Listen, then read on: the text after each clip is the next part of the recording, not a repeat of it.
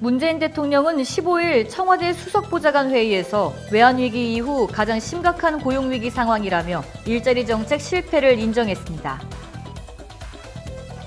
16일 한국부동산원에 따르면 지난 8일 기준으로 서울 아파트값 상승률은 0.09%를 기록했는데 이사 대책 후 서울 집값 상승세가 둔화된 모습입니다.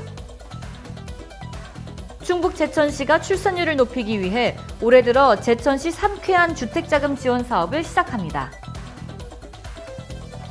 중국이 취해탄카이 주미대사 후임으로 누구를 선택할지에 따라 향후 중국의 대미 정책 역시 드러날 전망입니다. 미국 연방의회 의사당 난동 사태 후 강제 차단됐던 소셜미디어 팔로가 15일 정상화됐다고 경제매체 CNBC가 보도했습니다. 자세한 소식 잠시 후 뉴스에서 전해드리겠습니다. 시청자 여러분 안녕하십니까? SDATV 뉴스 김진주입니다.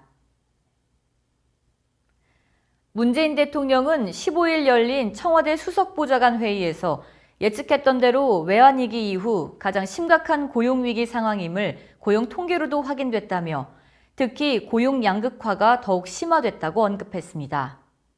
이어서 서비스업 중심으로 90만 개 가까운 일자리가 사라졌고 임시 일용직이 취업자 감소의 대부분을 차지했습니다. 여성들과 청년들의 고용 악화도 지속되고 있다며 경제 성장률이 2분기 연속 반등세를 이어가고 있지만 고용 회복에는 더 많은 시간이 걸릴 것이라고 내다봤습니다. 문 대통령은 2017년 취임 초기에 일자리 정부를 표방하며 고용난 해소를 최우선으로 공약했습니다. 그러나 이날의 발언으로 집권 5년차가 된 현재 일자리 정책 실패를 자인한 것입니다. 통계청의 1월 고용 동향에 따르면 지난달 취업자 감소폭은 100만 명에 육박하며 외환위기 때인 1998년 말 이후로 최대 감소폭을 기록했습니다. 실업자도 역대 처음으로 150만 명을 넘어섰습니다.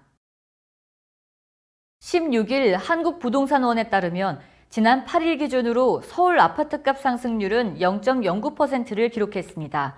한 주 전보다 0.01%포인트 하락한 수준입니다.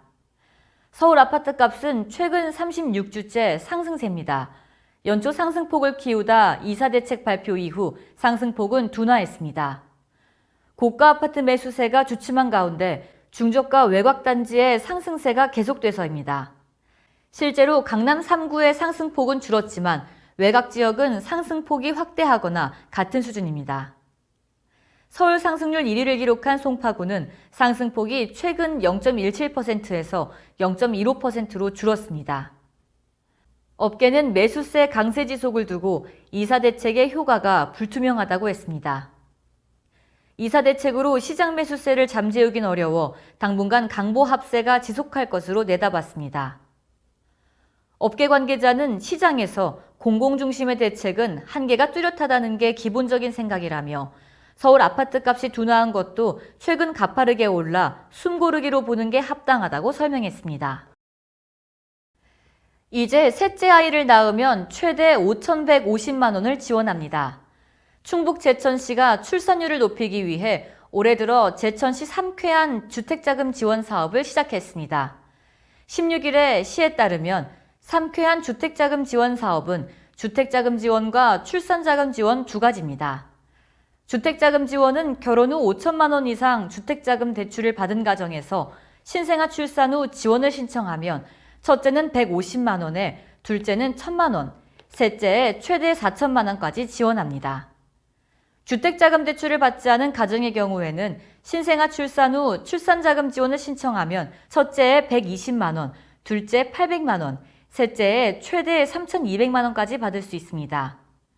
출산자금 지원은 기존의 출산 축하금을 대체하는 정책으로 주택 구입 등을 위해 별도로 주택자금 대출을 실행하지 않아 주택자금 지원 신청이 곤란한 가정에게 육아에 따른 경제적 부담을 덜어주기 위한 것입니다. 이상천 제천시장은 열악한 지방재정 여건에서 저출산 문제 해결책으로 전국 최초로 과감하게 5,150만 원을 지급하는 주택자금 지원 사업은 인구 증가를 위한 많은 고민 끝에 통 크게 결정한 정책이라며 신혼부부나 젊은 부부들이 주거와 출산, 양육에 전혀 걱정하지 않을 수 있도록 앞으로도 실질적으로 도움을 드릴 수 있는 방안에 대해 연구하고 발굴하겠다고 말했습니다.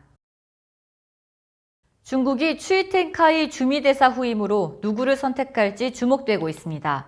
강경파를 택할지 아니면 온건파를 택할지에 따라 향후 중국의 대미 정책 역시 드러날 전망입니다. 2013년 4월 주미대사에 부임한 추이대사는 대중 강경 정책을 펼친 도널드 트럼프 미국 행정부에서 양국 관계가 최악으로 치닫는 와중에 중국에 입력화를 했습니다. 추이대사 후임으로는 한때 정쩌광 중국 외교부 부부장이 거론되기도 했지만 정부 부장은 류샤오밍 주영대사 후임으로 낙점됐습니다. 홍콩 사우스차이나 모닝포스트는 15일에 중국이 미국에 대해서는 신중하고 박식하면서도 시진핑 중국 국가주석의 터프하고 강경한 외교 정책을 완수할 수 있는 인물을 찾기 위해 고려하고 있다고 전했습니다. 미국 연방의회 의사당 난동 사태 후 강제 차단됐던 소셜미디어 팔러가 15일 정상화됐다고 경제매체 CNBC가 보도했습니다.